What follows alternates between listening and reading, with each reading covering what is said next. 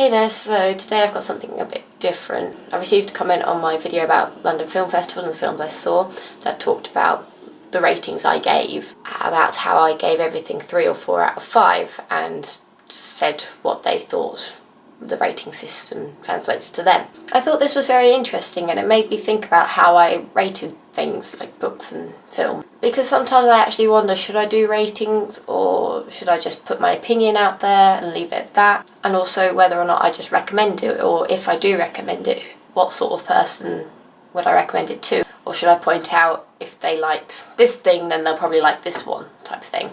So let's start with how I see the 5 out of 5 star rating and what each number means to me.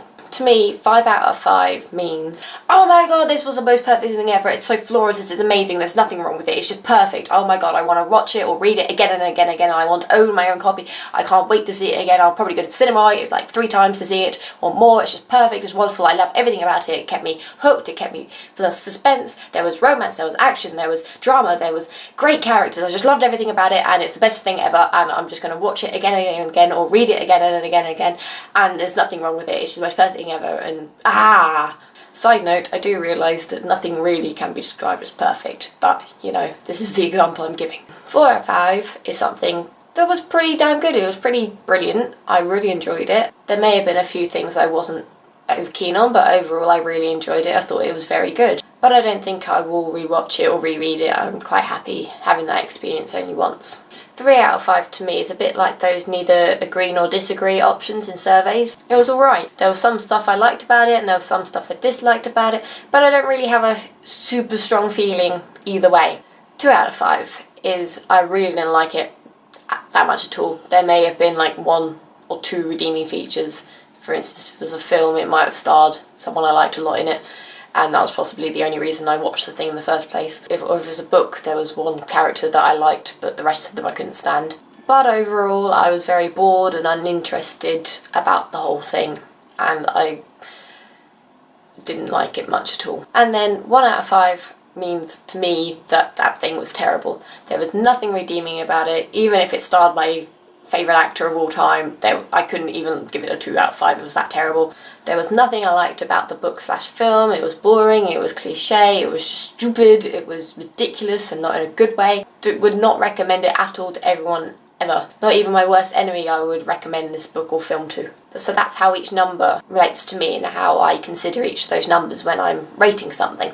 I think the thing about ratings is obviously in some ways it can depend how you're feeling at that time. For instance, if I'm not in a particularly very good mood when I read or watch something, then that might have a negative effect on what rating I give the object. For instance, if I was feeling a bit down and I didn't love the text, then I'm more likely to give it a lower rating than I normally would if I was in a decent mood. Also, I think the context you read or watch something can have an effect. For instance, so I've gone to film festivals, both London and Edinburgh, and watching films at those festivals, I feel as if I have to be extra critical because there's a prestige about having a film in a film festival, and so therefore that film has, in a way, stuff to prove, to show it deserves to have that spot in the film festival. So I definitely think I can be quite harsh rating films from film festivals and overthink things sometimes.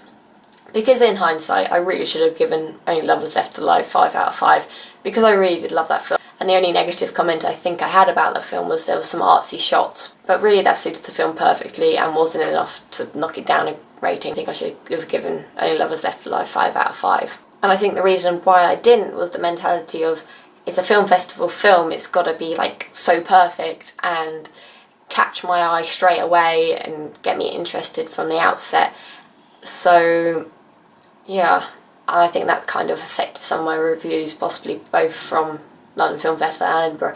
And I think also it can work the other way as well, like I can be a bit lenient towards films and film festivals because I might be thinking, well, clearly I'm too stupid not getting what this film's about because it's in a film festival, it's got to be some artsy masterpiece that's supposed to show a lot and be fantastic. If I didn't enjoy it, maybe I'm just not seeing whatever's amazing about it. So then I can kind of boost my rating up a bit because I feel as if I'm stupid if I give it a lower rating. When it comes to books, I think the same sort of thing happens when you're reading and reviewing a book that's got a huge fandom, or one that's been read a lot and has got lots of people's strong opinions about it, then that can affect you. Because, for instance, I've only read a few John Green books and I don't like them, and I feel as if I say that on the internet, I'm going to get lynched. So therefore I may soften my opinion of the books I've read by John Green, because I don't want to be lynched and I don't want to have that whole fandom descend on me, maybe. And I think also when a series has got a bit of a bandwagon feel to it, so everyone's like, oh my god, you must read this book, must read this book.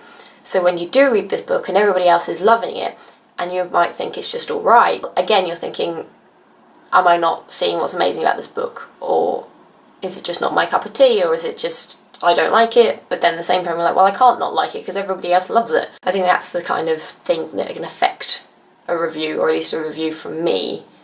Maybe not the review, but the rating, because I think sometimes I split them up in my mind. Reviews, I'm quite happy to say what I want to say. But when it comes to putting a number on what I think, then there's a lot of pressure there. And because I know, to me, when I see ratings of films or books out of 5 in newspapers or whatever, obviously seeing it's 3 out of 5, 4 out of 5, 2 out of 5, 5 out of 5, it's a shorthand on whether or not this thing is good or not. So it is an important tool, but then there's a lot of pressure of putting that number to that object, I think. Yeah, so sometimes I do wonder if I should do a rating out of 5, but then again it is a shorthand to telling people whether or not you think something is good or not.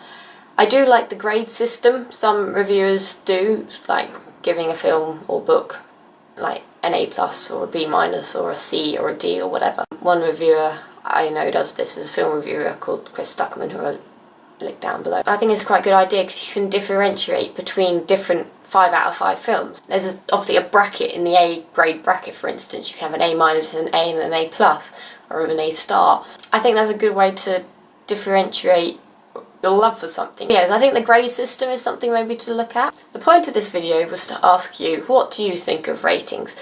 How do you think reviewers should rate things? What does 5 out of 5, 4 out of 5, etc. mean to you? Do you prefer to have a rating? Is that your shorthand to knowing whether something is good or not? Or do you prefer to actually listen to a reviewer's opinion on something, the things they like and didn't like? Or do you prefer to have recommendations? For instance, if someone says, well, if you like Die Hard, you will like this film. Let me know down below, like, what do you think?